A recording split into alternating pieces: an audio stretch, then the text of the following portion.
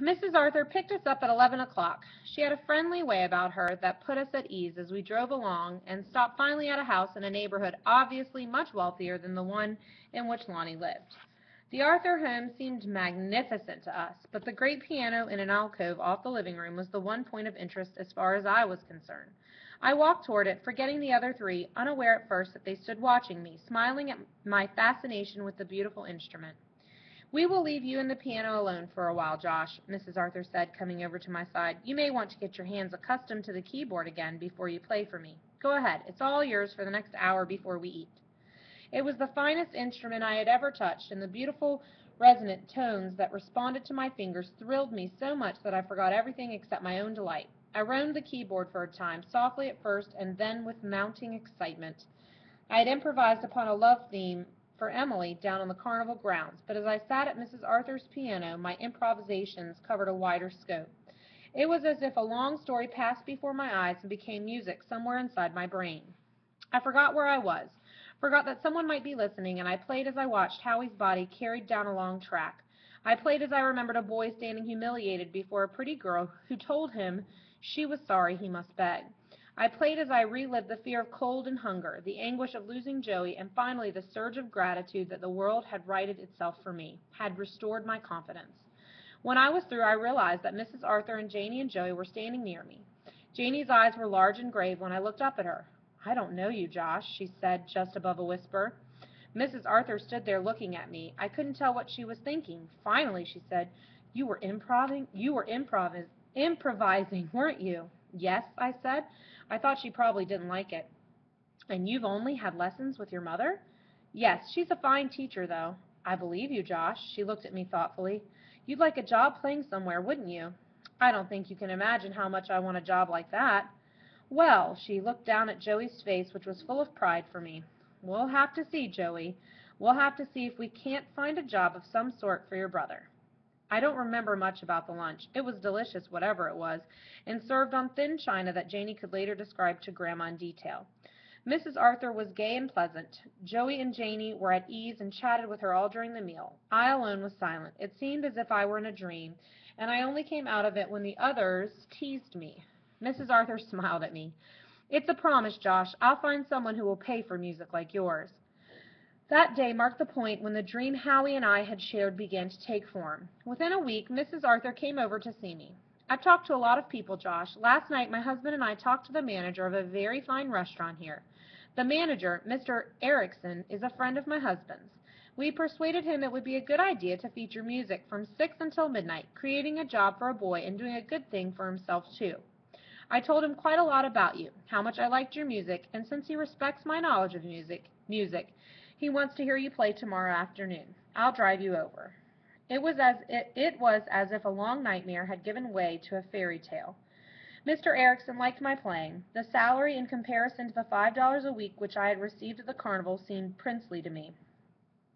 Mrs. Arthur took me to a shop and fitted me with an appropriate suit and shoes. She wanted to give them to me, but I jotted down the cost and prepared to repay her as soon as I had money. Begging had left its scars, scars that hurt again even at the kindliness of gifts. My work at the restaurant gave me a great deal of satisfaction. There was no silly clowning to be carried out, as had been necessary to the job down at the carnival. I was a well-dressed, poised young man who played as I wanted to play, who responded courteously to requests. One point bothered me at first, but of necessity I quickly pushed it to the back of my mind. Mr. Erickson had placed a printed page titled "Our Wild Boy of the Road" inside the menu covers. There the diners could read about Joey and me, about the fact that we left home because our family didn't have enough to eat. There was a detailed account of the begging, of the freezing and starving we had endured. It shamed me at first. Our troubles were a drawing card like poor Ellsworth's flippers that had grown instead of arms, like Madame Olympia's mountain of flesh, like Edward C. Kensington's dwarfism, and the pitiful hump on his back. But it was not a time for sensitivity. A job was so precious a thing, so much a gift right out of heaven, that I had no right to protest.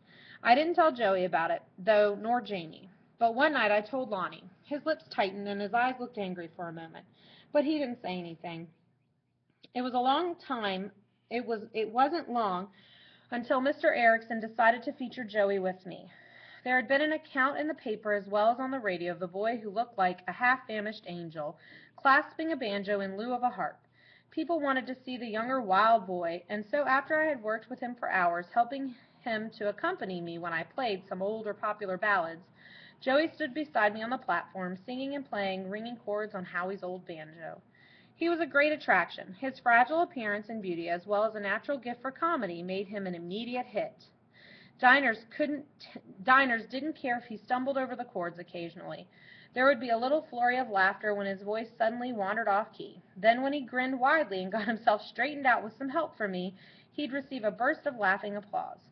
Joey accepted his success as casually as he accepted the fact that most people loved him at first sight. It was just a fact of life to him, nothing to get excited about. But to me, our success was so marvelous a thing that I couldn't get used to it. Several times I woke up in the night, and for a second I thought that I was somewhere out in the fields or in the train depot of some lonely little town, and that I'd had a dream of something too wonderful to be true. The wonder eased that loneliness I'd felt for home the night of Joey's return. Home kept receding from my mind as the nights passed.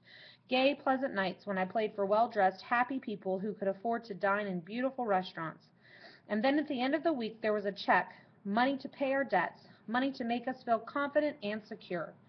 We sent money home from time to time, and we gave almost all the rest of it to Lonnie. He accepted it without comment, but I had the feeling he was not using it to help with household expenses.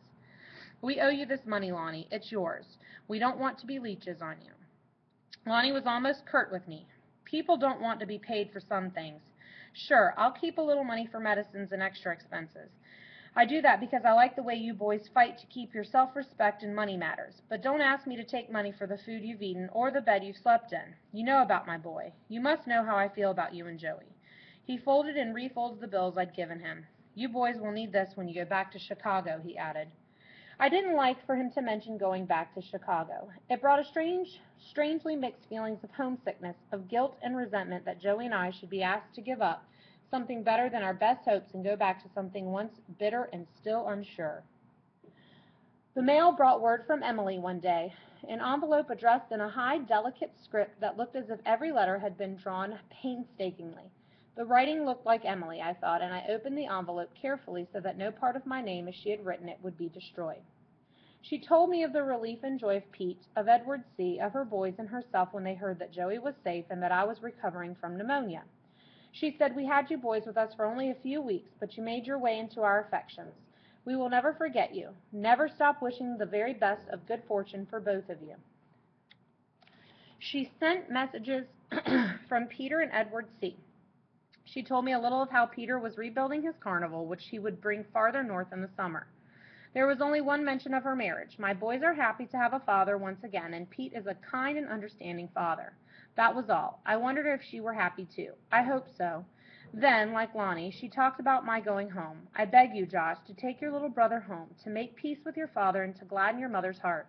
Parents are sometimes very wrong. I know that well enough. But unless they are really evil, they agonize over their mistakes. Your parents are not evil, Josh. They couldn't have produced two beautiful boys like you and Joey if they were. I beg you again, please go home.